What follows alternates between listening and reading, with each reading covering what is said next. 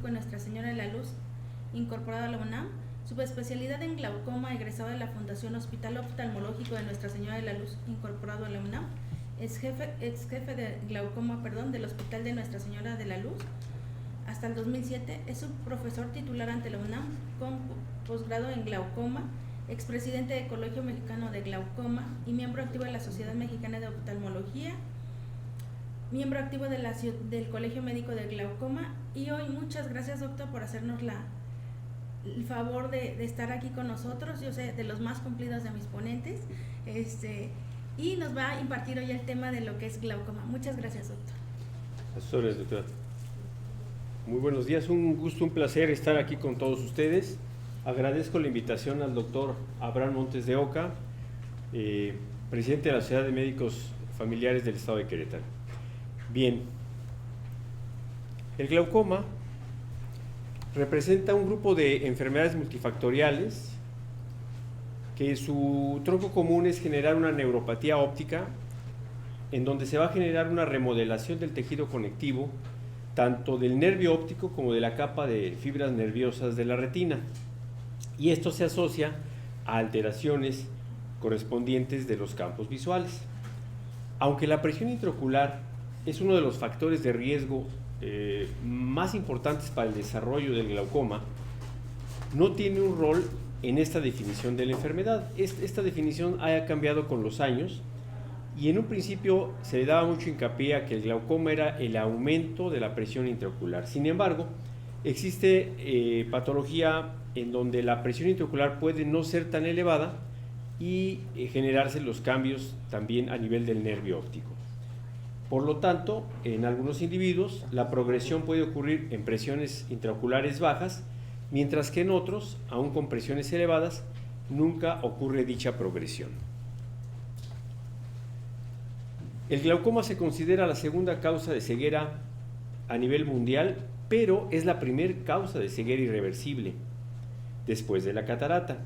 Y aquí vemos cómo a lo largo de estos años, de estas décadas, la presencia del diagnóstico de glaucoma se ha incrementado significativamente desde el 2013, y se prevé que para el 2040 existan 112 millones de personas con glaucoma a nivel global. El glaucoma más frecuente es el glaucoma primario de ángulo abierto y representa el 0.4% de la población mundial. Algunos estudios epidemiológicos en poblaciones de la América Latina y en general de países subdesarrollados han mencionado que hasta cerca del 96% de la población no están diagnosticados previamente de esta enfermedad. Y en países desarrollados, casi el 80% de la población desconoce que tiene la enfermedad. De aquí que el diagnóstico sea crucial para poder preservar la visión de estas personas.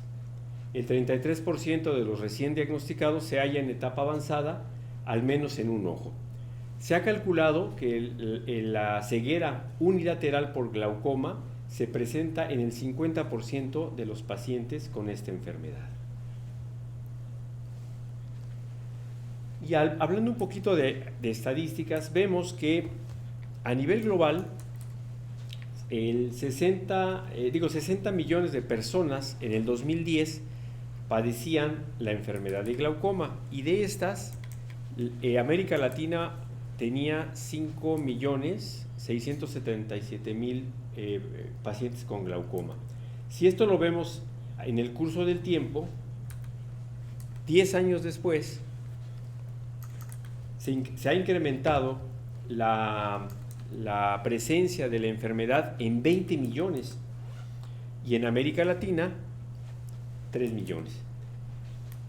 Las proyecciones que se tienen tanto para glaucoma primario de ángulo abierto como para glaucoma por cierre angular primario, en una década se ve incrementada significativamente, y esto puede explicarse por dos razones. Una, el diagnóstico cada vez es más precoz en los pacientes, y en general la población está más enterada del padecimiento, ya que existen campañas. Por ejemplo, en México existe el Día Nacional del Glaucoma, y esto permite que por medios de difusión masiva las personas se enteren de este padecimiento. En México, hablando específicamente, tenemos un estudio que se realizó en el 2007 al 2008 de 3 hospitales de concentración muy importantes: el Hospital de Nuestra Señora de la Luz, el Hospital de la Ceguera y el Hospital Conde de Valenciana, los 3 en la Ciudad de México. Y se estudiaron pacientes que acudían a estos centros, la mayoría provenientes de la Ciudad de México o del Estado de México, y se aplicó un cuestionario a 1.191 pacientes, obteniendo una información demográfica de diagnósticos emitidos en ese momento. Y se encontró que el tipo de glaucoma más frecuente, al menos en esa población, que representa un buen grupo de la población mexicana, es el glaucoma primado de ángulo abierto en el 40.6% de los pacientes. También se concluyó que el número de casos de glaucoma primado de ángulo abierto y glaucoma por cierre angular primario se incrementa al doble con la edad. A partir de los 60 años, los pacientes tienden a tener mayor diagnósticos de esta enfermedad.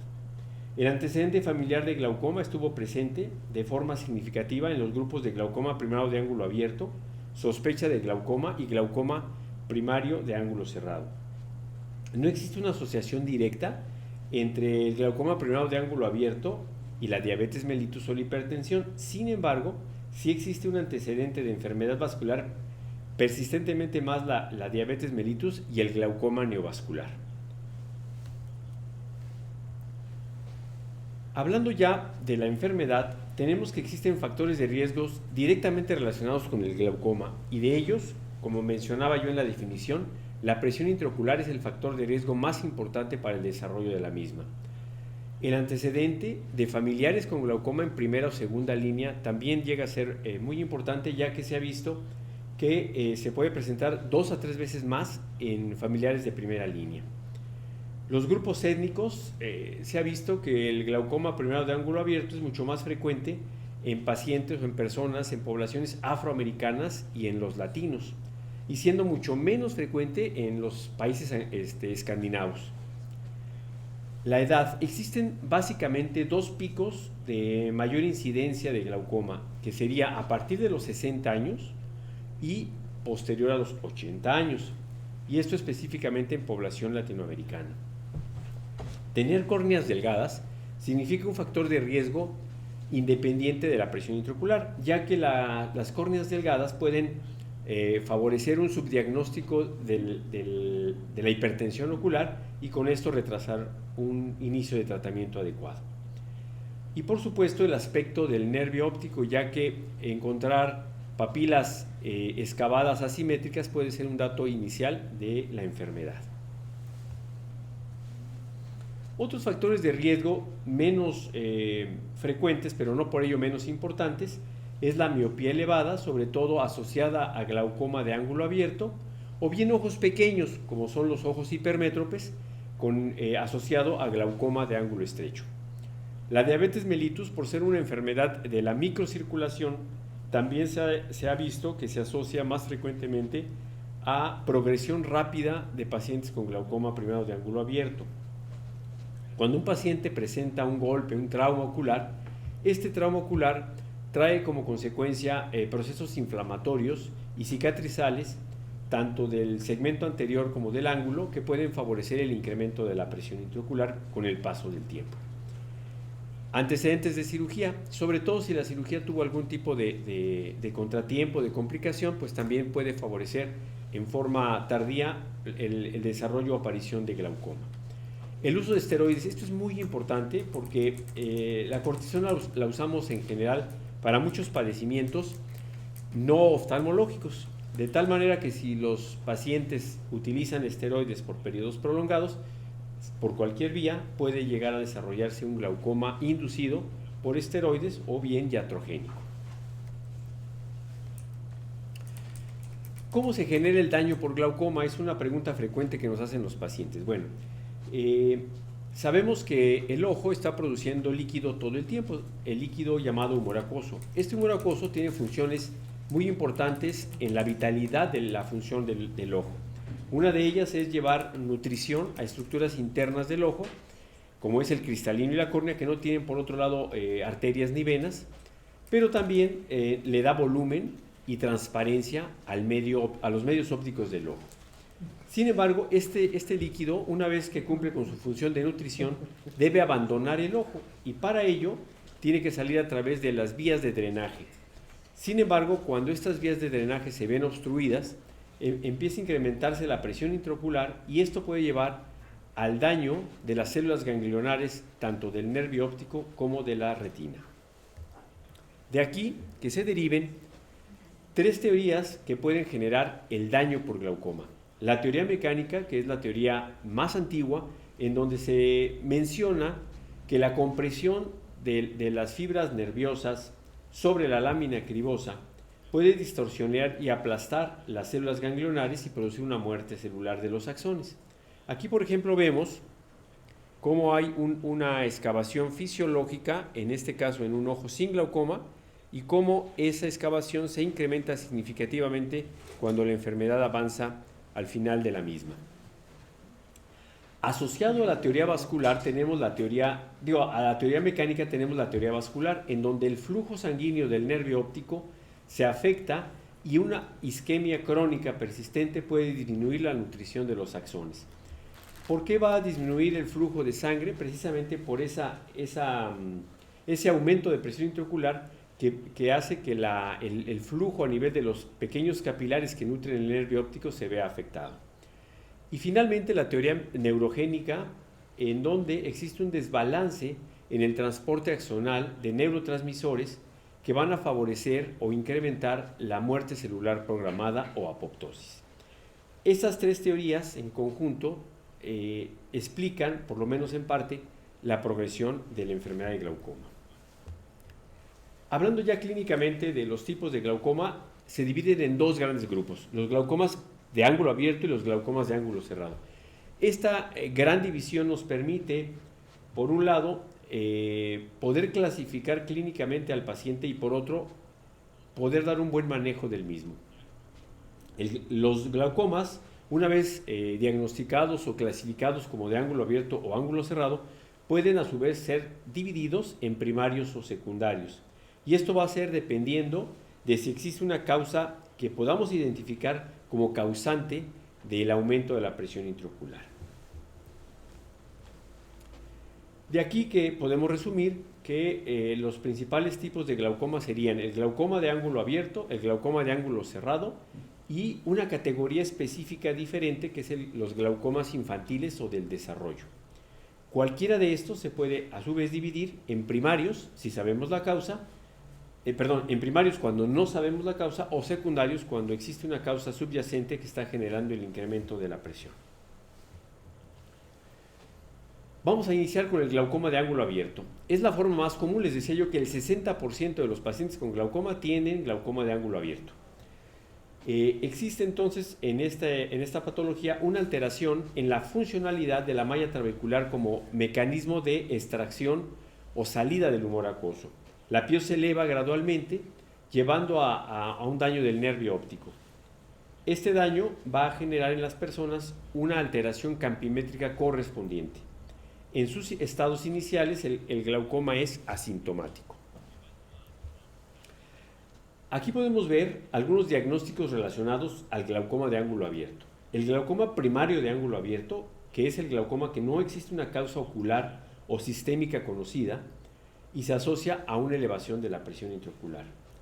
El glaucoma de tensión normal se considera como parte del espectro del glaucoma primario de ángulo abierto y es un término usado cuando la presión intraocular se encuentra dentro del rango estadísticamente normal, pero que está generando un cambio a nivel de la visión y del nervio óptico.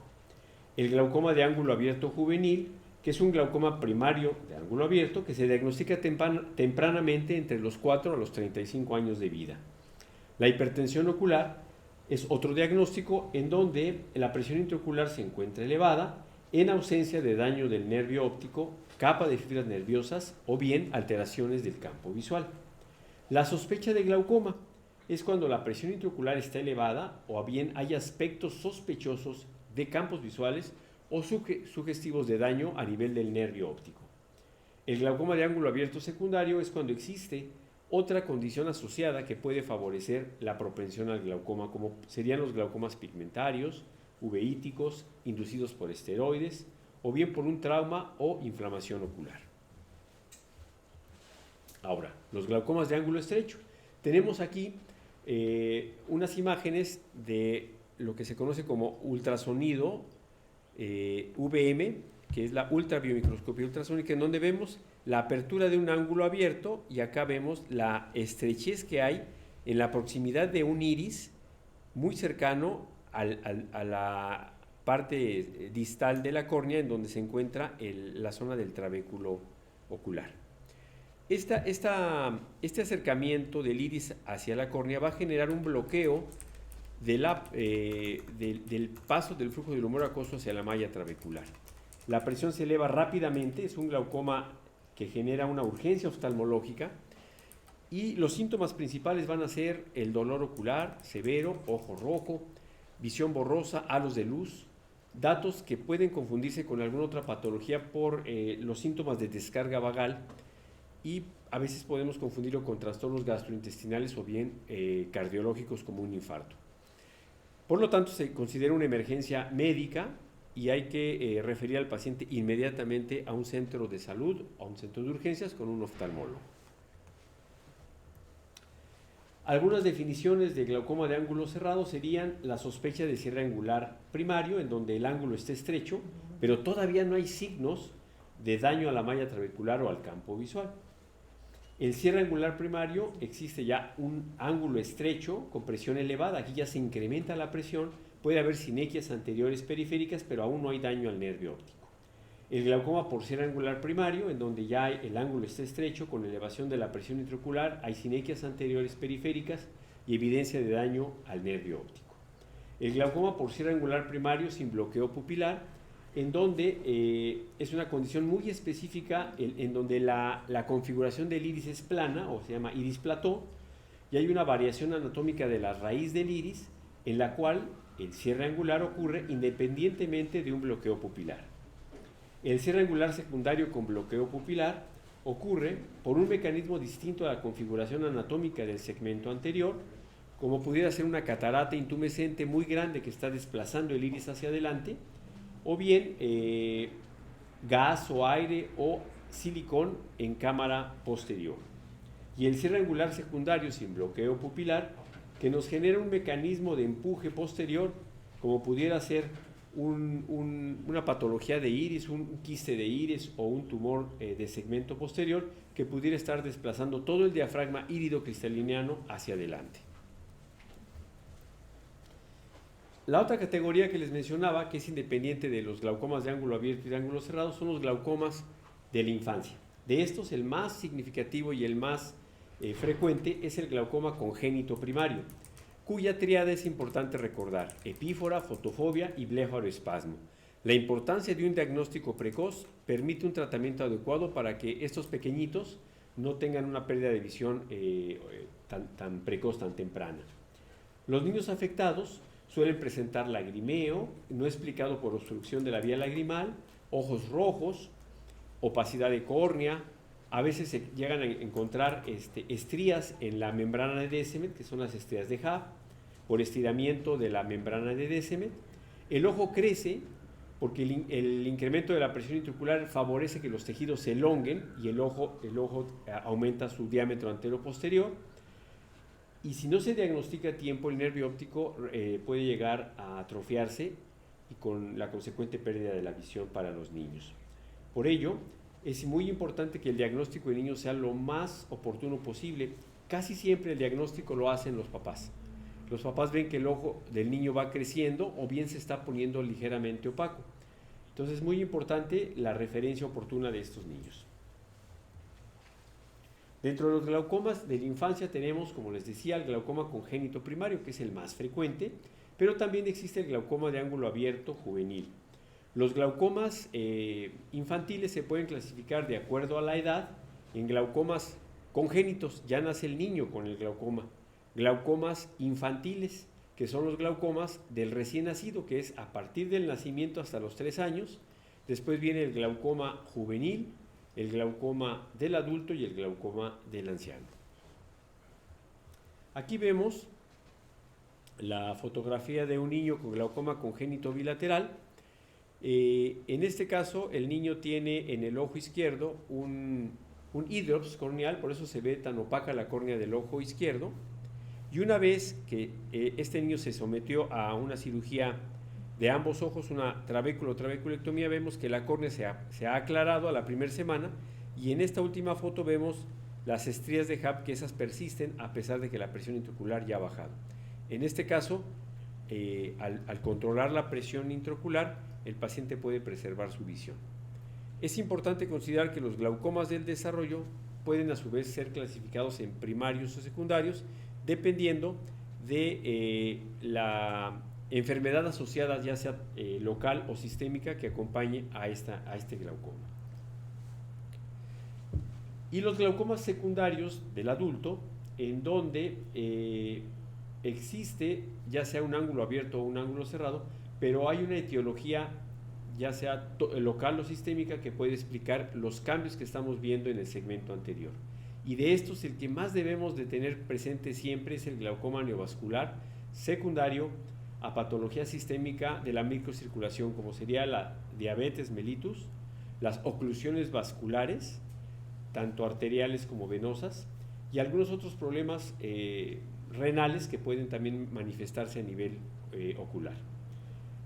Este tipo de glaucomas son agresivos, son muy rápidos en su evolución, en su cuadro clínico, y generalmente, a pesar de los tratamientos, pues si no son diagnosticados y tratados oportunamente, el paciente queda sin visión.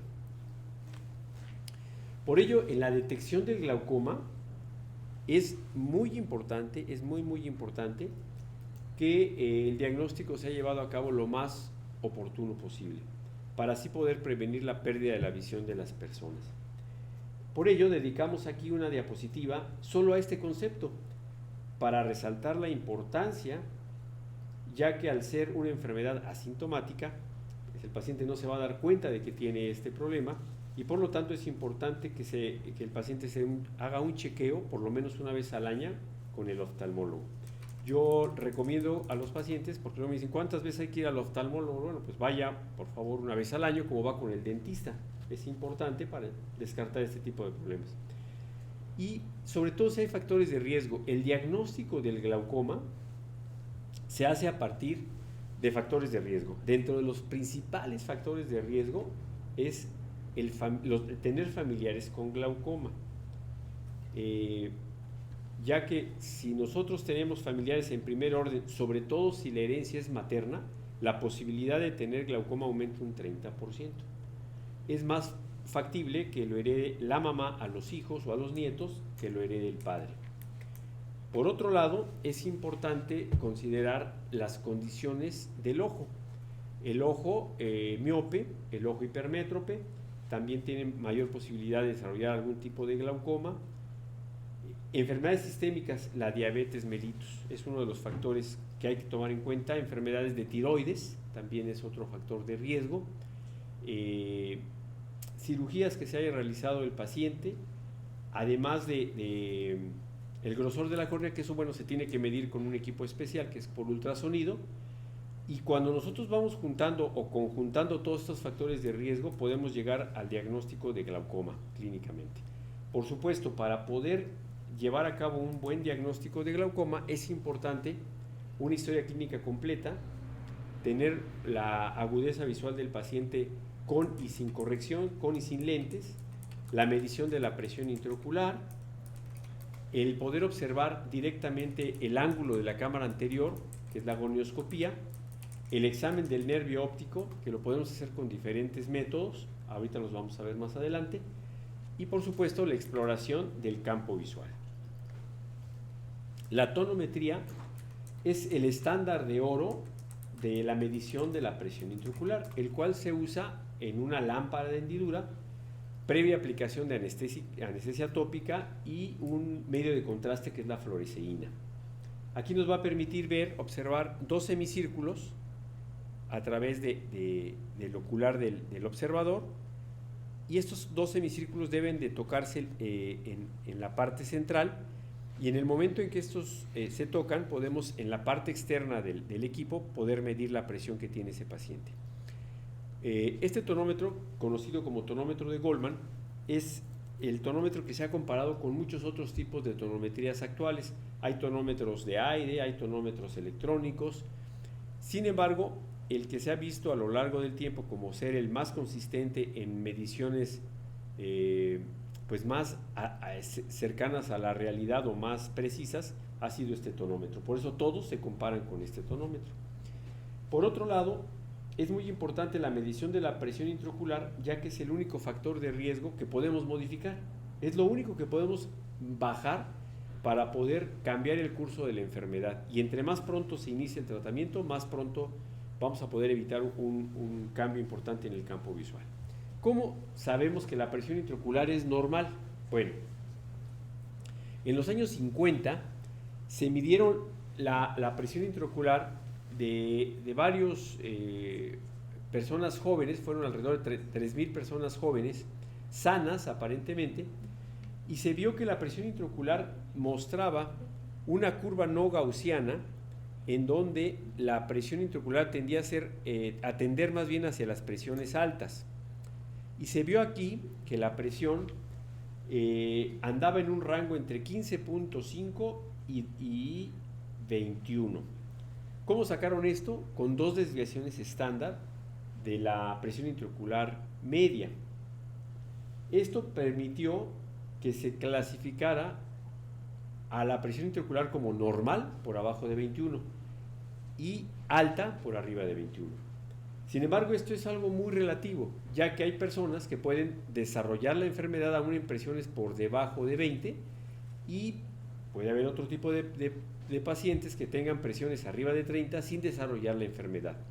Por lo tanto, este valor o este rango de presión es algo que nos sirve en la clínica para tener un parámetro, pero no es específicamente o estrictamente un valor absoluto.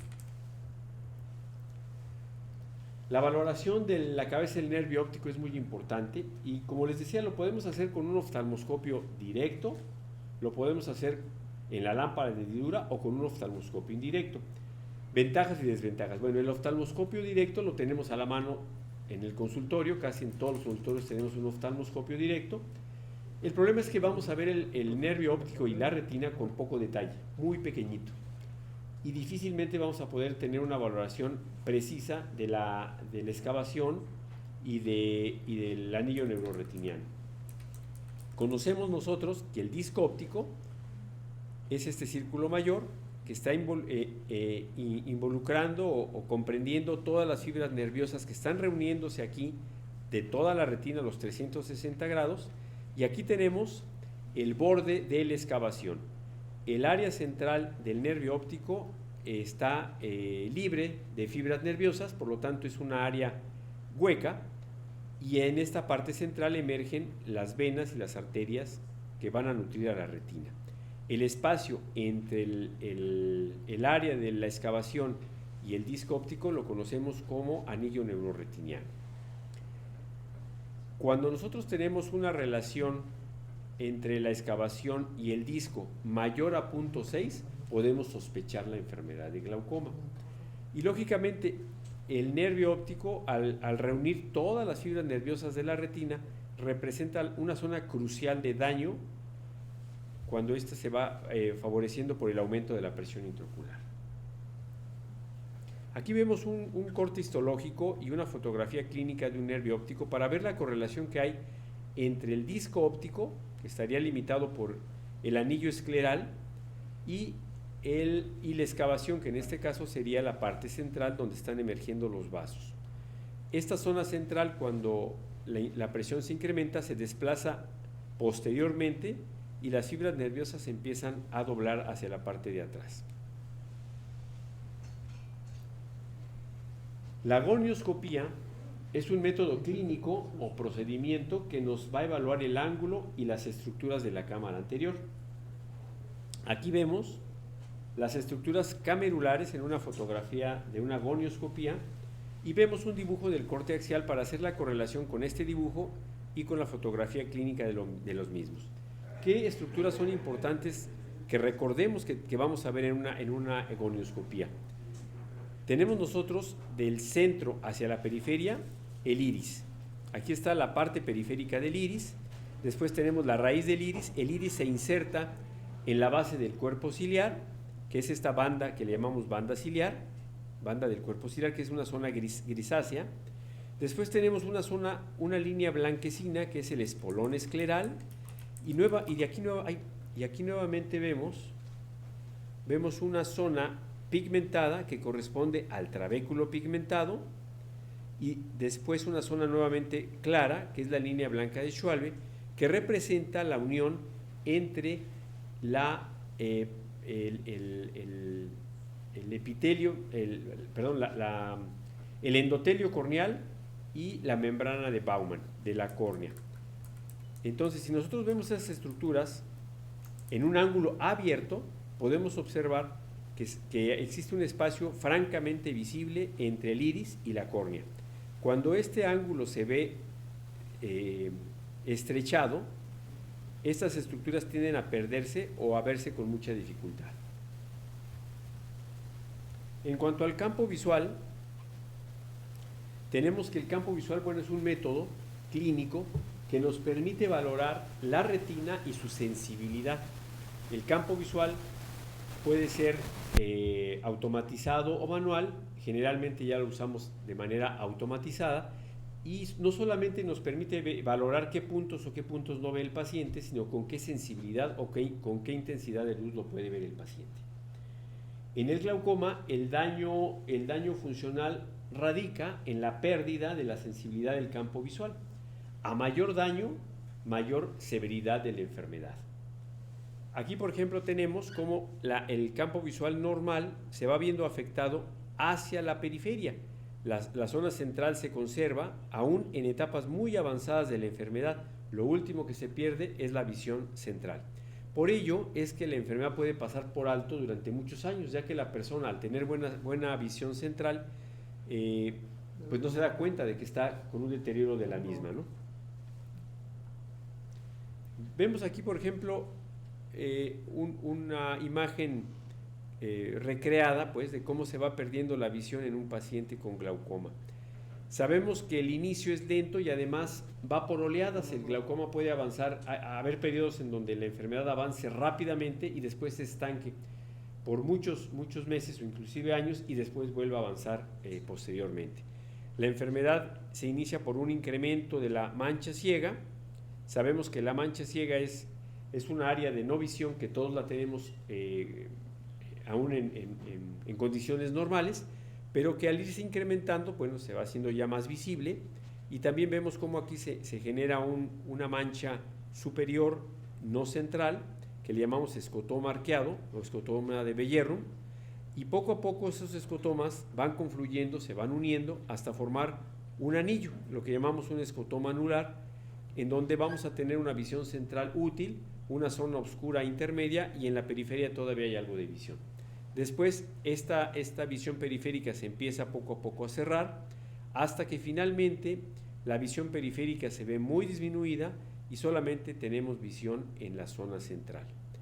Y finalmente se pierde la visión central, quedando un remanente temporal que en muchas ocasiones es lo único con lo que el paciente puede tener contacto con el medio externo. Para poder valorar clínicamente el nervio óptico utilizamos actualmente los tomógrafos del nervio óptico. Uno de ellos es la tomografía de coherencia óptica, que nos permite medir el tamaño del nervio óptico, poderlo comparar con el otro ojo o inclusive compararlo con la población sana de su misma edad. Podemos medir también la capa de fibras nerviosas, que es muy importante porque a lo largo de la evolución del glaucoma, la capa de fibras nerviosas se va disminuyendo paulatinamente, y es un dato precoz, es un dato temprano de daño en glaucoma, aún que el campo visual esté sano. De tal manera que el evaluar el nervio óptico mediante este tipo de equipos sofisticados nos permite hacer un diagnóstico anticipado al daño campimétrico hasta de 3 años, es lo que se ha observado. Otra estructura que también se estudia en estos tomógrafos es la mácula. ¿Por qué? Porque se ha visto que el complejo de células ganglionares que está localizado en el área foveal y parafoveal se adelgaza con el glaucoma. De tal manera, por ejemplo, aquí tenemos un ojo derecho en donde el grosor de la mácula está normal y lo vemos aquí, que todos los colores están en verde, comparado con el ojo izquierdo en donde ya aquí hay unos sectores que están en amarillo y en rojo. Esos colores, ¿qué significan? Es un semáforo. Todo lo que está en verde representa que más del 5% de la población normal tiene un grosor superior a ese valor. Por lo tanto, todo lo que está en verde está dentro del rango normal. Lo que está en amarillo representa que menos del 5% de la población sana puede llegar a tener grosores en esos rangos. Y finalmente lo rojo es menos del 1% de la población puede llegar a tener grosores tan delgados siendo sanos. Por lo tanto, el 99% de la población estaría fuera de ese rango. Entonces, estos colores son muy importantes porque también nos permiten para el paciente explicarle esto que le estoy diciendo, o sea, cómo está su nervio óptico y cómo está la capa de fibras nerviosas. De tal manera que estos estudios han favorecido un diagnóstico más oportuno del glaucoma. En cuanto al tratamiento, bueno, el tratamiento más importante es disminuir la presión del ojo. Les mencionaba yo hace rato que el único factor modificable es la presión intraocular. Y entonces, aún en glaucomas en donde la presión no ha sido el factor más importante, que la presión no está tan elevada, lo único que tenemos a la mano es bajar la presión intraocular. Y por ejemplo, hay pacientes que tienen presiones abajo de 20, vamos a decir tienen 13 o 14, pero están desarrollando cambios en el campo visual y están desarrollando alteraciones del nervio óptico. También debemos bajar la presión intraocular. Y se ha visto un beneficio. Hay un estudio que se llama el estudio del glaucoma de tensión normal, que fue un estudio multicéntrico, y dijeron vamos a estudiar qué porcentaje de reducción de la presión intraocular va a ser beneficiosa para estos pacientes. Estos pacientes son los de más difícil control porque los medicamentos que se ocupan para bajar la presión no bajan tanto la presión en estas condiciones. Sin embargo, si se logra reducir la presión entre un 35 a un 40%, la progresión de la enfermedad se ve más favorecida, se enlentece, ya no avanza tan rápido. De aquí que entonces el objetivo sería que el paciente preserve su visión hasta las etapas más finales de la enfermedad, que el paciente pueda tener una calidad de vida adecuada y que pueda seguir haciendo sus actividades normalmente. ¿Cómo bajamos la presión intraocular? Bueno, la idea es llegar a un nivel de presión intraocular en donde la progresión del campo visual y el daño al nervio óptico se detengan o por lo menos disminuyan en lo posible. Cuando el paciente nos pregunta, ¿el glaucoma se cura? Tenemos que ser sinceros y la realidad es que el glaucoma no se cura. Es una enfermedad progresiva, degenerativa e irreversible, pero podemos frenar en la progresión, podemos evitar que avance rápidamente, de tal manera que el tratamiento del glaucoma y el bajar la presión intraocular va a favorecer que la enfermedad avance un poquito más despacio y permita que el paciente tenga una vida con una visión útil. ¿Cómo vamos a lograr bajar la presión intraocular? Bueno, de los medicamentos actualmente disponibles para bajar la presión intraocular, tenemos que actúan por dos vías. Una vía es disminuir la producción de humor acuoso y la otra vía es favorecer la salida del humor acuoso. Yo le digo a los pacientes a manera de broma, ¿no? El tratamiento del glaucoma es o cierro la llave o destapo la coladera para que se vaya el líquido más fácil. De aquí que dentro de los medicamentos que ocupamos los clasificamos en esas dos vertientes, los que disminuyen la producción de humor acuoso o los que favorecen la salida del humor acuoso. ¿Okay? Y dentro de los medicamentos que favorecen la salida del humor acuoso, los principales son los análogos de prostaglandinas. Las prostaglandinas son mediadores de la inflamación, pero se ha visto que favorecen la salida del humor acuoso a través de la vía uveoescleral. Hay dos vías, dos formas de que el humor acuoso salga del ojo. La vía convencional es la vía trabecular, que es la que vimos ahorita en las fotografías del ángulo. Pero existe una vía alterna, que es la vía a través del cuerpo ciliar y del músculo ciliar que favorece la salida del humor acuoso. Entonces, estos medicamentos son los de más reciente aparición en el tratamiento del glaucoma y son los más potentes para bajar la presión intraocular. De hecho, son considerados los de primera línea junto con los beta bloqueadores, que estos sí son, su mecanismo de acción es disminuir la producción de humor acuoso. Y ya dentro de otros medicamentos en segunda o tercera línea, tenemos los alfa-agonistas, que también disminuyen la producción de humor acuoso, los inhibidores de anhidrasa carbónica, los tenemos tópicos y sistémicos. Agentes osmóticos que por medio de pues deshidratar el cuerpo vítreo disminuyen la presión intraocular también, y los mióticos, que son los medicamentos hipotensores más antiguos en la historia del tratamiento del glaucoma. Cuando el medicamento no disminuye a un nivel adecuado la presión intraocular, tenemos alternativas de utilizar la tecnología láser para disminuir la presión intraocular. En ángulos abiertos, la trabeculoplastia con láser se utiliza para modificar la malla trabecular, la arquitectura de la malla trabecular, y con esto favorecer la salida del humor acuoso. La trabeculoplastia láser se ha visto que es muy útil, sobre todo como primer línea de tratamiento, inclusive antes de los medicamentos.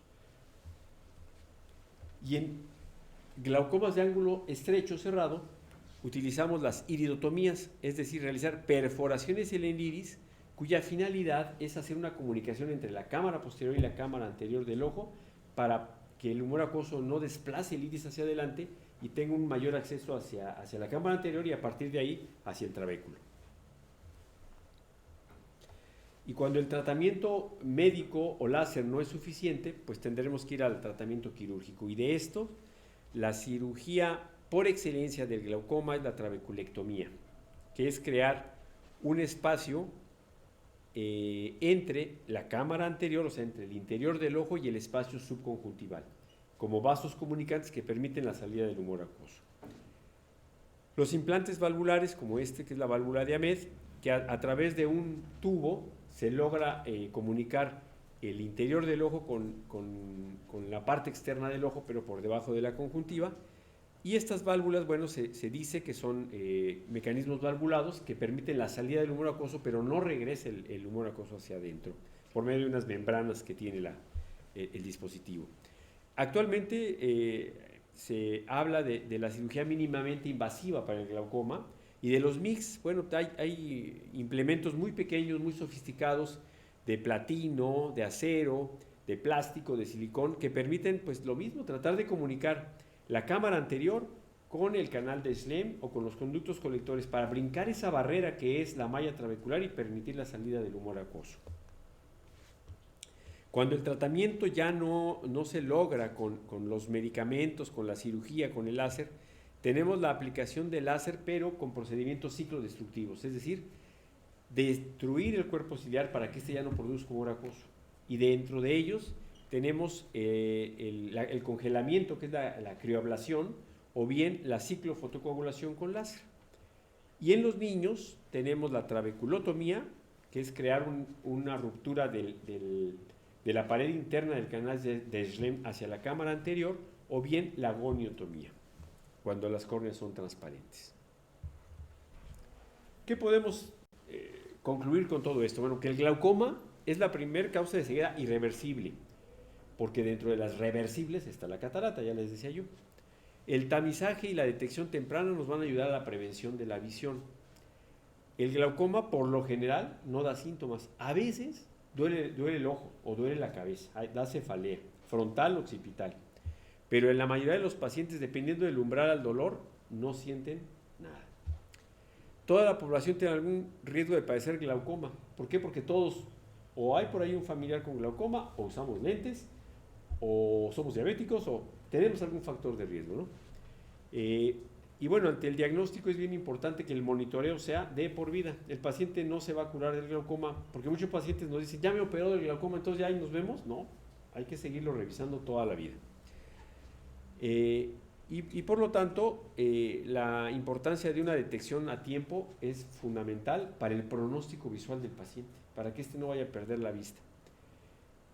Y hasta ahorita, a lo largo de todo este tiempo desde que el glaucoma se conoce y se trata, el único manera de tratarlo es bajar la presión intraocular. No hay otra. No podemos mejorar el flujo a la microcirculación del nervio óptico. Bueno, se están haciendo intentos ahí con tratar de generar nuevas células ganglionares, digo, cosas ya a futuro, ¿no? Pero por el momento, la única manera de poder detener la progresión de la enfermedad es bajar la presión intraocular. Por su atención, muchas gracias. Ojalá haya sido claro. Muchas gracias, doctor. Creo que Sí. están escribiendo ¿Preguntas? ¿Cómo no? para Sí, claro. fechar. Unos minutitos. Pregunta, ¿cuándo es el momento para iniciar un tratamiento farmacológico combinado como el Critantec, ok. El Critantec, nombre comercial, es una combinación fija de 3 medicamentos: dorzolamida, brimonidina y timolol. Se utiliza cuando de inicio tenemos una presión intraocular arriba de 30 milímetros de mercurio. Es una presión demasiado alta como para considerar que un solo medicamento nos va a bajar la presión. Entonces se dan esa combinación fija. Pero de preferencia en el tratamiento del glaucoma debemos de iniciar en un inicio con un medicamento. Y de estos medicamentos, los de primera línea: prostaglandinas o beta bloqueadores. Si con ese único tratamiento la presión se logra controlar, es mejor continuar todo el tiempo con un solo medicamento e ir agregando poco a poco medicamentos conforme se va necesitando para llevar el ojo a presiones más bajas. Pero no es tan conveniente iniciar de primera instancia una combinación fija de 3 medicamentos por los efectos secundarios. Entre más medicamentos apliquemos al ojo del paciente, más efectos secundarios va a tener esos medicamentos sobre locales o sistémicos inclusive. Porque hay que recordar, por ejemplo, que hay medicamentos que tienen efectos sistémicos. Un beta bloqueador, si el paciente tiene problemas cardíacos, está contraindicado darle un beta bloqueador. Si tiene un bloqueo de rama, por ejemplo, o si es un paciente que cursa con hipotonía, con hipotensión arterial, si le damos un beta bloqueador, le va a bajar más la presión y se va a sentir muy mal. Inclusive puede presentar un síncope. Entonces hay que saber qué antecedentes tiene el paciente sistémicos para saber cuál es el mejor medicamento con el que vamos a iniciar para ese paciente en especial. Gracias, doctor. Doctor Cabañas, una vez bajada la presión ocular, ¿cuál sería el tratamiento a realizar? Gracias, saludos desde Toluca. Una vez que la presión ya está controlada, bueno, si la presión intraocular logra bajar entre un 25 a un 30%, generalmente el glaucoma ya no va a tener una progresión tan rápida. Entonces nuestro objetivo va a ser una disminución alrededor del 30%. Si esto se logra con los medicamentos, hay que continuar la vigilancia de la presión con tomas más o menos cada 3 meses. Y los estudios que mencionábamos de los campos visuales y las tomografías se pueden estar realizando unas 2 veces al año, por ejemplo, más o menos. Pero es un seguimiento más que nada. Si el paciente, aún con el tratamiento, empieza a notar que hay descontrol de la presión intraocular, pues entonces habrá que valorar cambio de medicamentos o agregar nuevos medicamentos o inclusive ya pasar a la siguiente fase, que sería la cirugía. Bueno, muchas gracias por cuestiones de tiempo. Claro le que... agradecemos su ponencia, doctor. Gracias, muy amables por la invitación. Gracias. Gracias.